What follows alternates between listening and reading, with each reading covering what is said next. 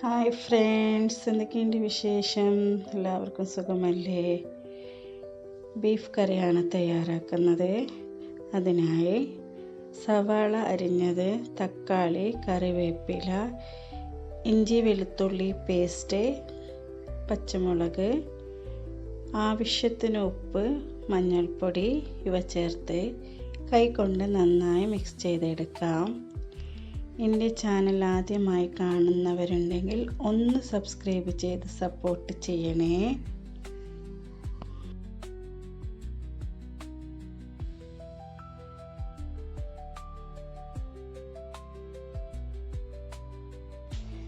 ഇതിലോട്ട് നന്നായി കഴുകി വെച്ച ബീഫ് കൂടി ചേർത്ത് കൈകൊണ്ട് നന്നായി മിക്സ് ചെയ്തെടുത്ത് വേവിച്ചെടുക്കാം.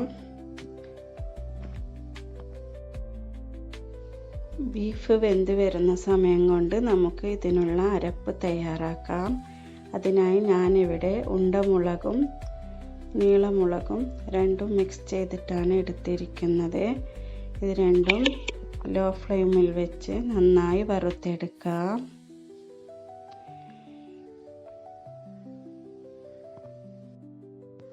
അതേ പാനിൽ കുറച്ച് മല്ലി കൂടി വറുത്തെടുക്കാം.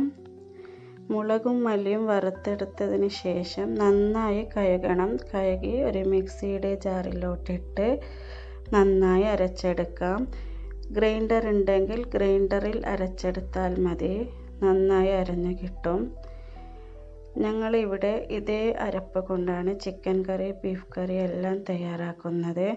ഇങ്ങനെ അരച്ച് ഫ്രിഡ്ജിൽ സൂക്ഷിച്ച് വെക്കാവുന്നതാണ്.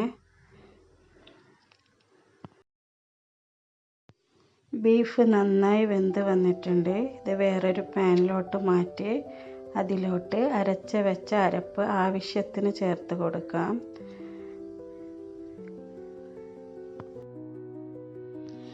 അതിലോട്ട് കുറച്ച് വെള്ളം കൂടി ചേർത്ത് കൊടുക്കാം. ഞാനിവിടെ മിക്സിയിലോട്ട് കുറച്ച് വെള്ളം ഒഴിച്ച് അതാണ് ചേർത്ത് കൊടുക്കുന്നത്. നന്നായി മിക്സ് ചെയ്ത് ലോ ഫ്ലെയിമിൽ വെച്ച് വറ്റിച്ചെടുക്കാം.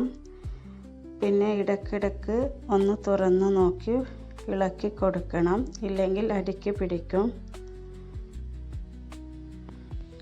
അരപ്പ് തിളച്ച് വരുമ്പോൾ അതിലോട്ട് ഒരു സ്പൂൺ ഗരം മസാല, പിന്നെ അരിഞ്ഞ് വെച്ച മല്ലിയില എന്നിവ ചേർത്ത് കൊടുക്കാം. പിന്നെ ഒരു മുറി ചെറുനാരങ്ങ പിഴിഞ്ഞ് കൊടുക്കാം.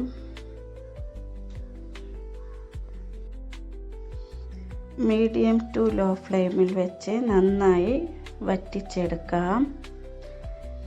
ഇടയ്ക്കിടയ്ക്ക് ഒന്ന് ഇളക്കി കൊടുക്കണം. നന്നായി വറ്റി വരുമ്പോൾ ഫ്ലെയിം ഓഫ് ചെയ്ത് സെർവ് ചെയ്യാവുന്നതാണ്. എൻ്റെ ചാനൽ നിങ്ങൾക്ക് ഇഷ്ടപ്പെട്ടാൽ ഒന്ന് ലൈക്കും ഷെയറും ചെയ്യണേ.